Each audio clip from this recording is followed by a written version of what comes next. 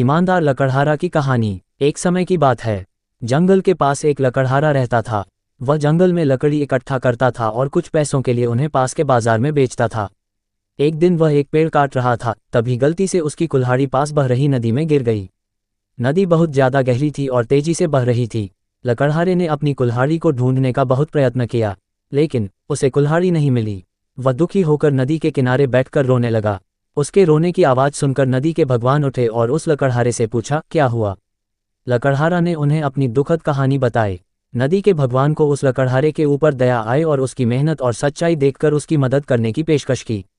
वह नदी में गायब हो गए और एक सुनहरी कुल्हाड़ी के साथ प्रकट हुए, लेकिन लकड़हारे ने कहा कि यह उसकी कुल्हाड़ी नहीं है। वह फिर से गायब हो गए और अब की बार चांदी की कुल्हाड़ी लेकर वापस आए, लेकिन इस बार भी लकड़हारे ने कहा कि यह कुल्हाड़ी भी उसकी नहीं है। अब नदी के भगवान पानी में फिर से गायब हो गए और अब की बार वह एक लोहे की कुल्हाड़ी के साथ वापस आए। लकड़ी की कुल्हाड़ी देखकर लकड़हारा मुस्कुराया और कहा कि यह उसकी कुल्हाड़ी है। नदी के भगवान ने लकड़हारे की ईमानदारी से प्रभावित होकर उसे सोने और चांदी की दोनों कुल्हाड़ियां भेंट कर दी।